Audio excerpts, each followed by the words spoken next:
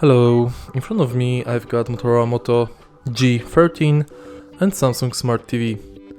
In this video I'll show you how to cast screen from smartphone to TV using YouTube app. In the beginning make sure that both devices are connected to same Wi-Fi, and then on your smartphone enter YouTube app, press the screencast button and select your TV.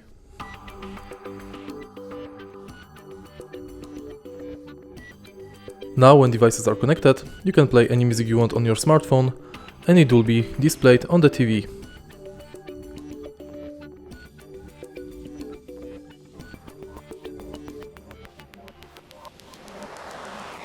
If you want to disconnect devices, again press this button and select disconnect. If you find this video helpful, please leave like, comment and subscribe.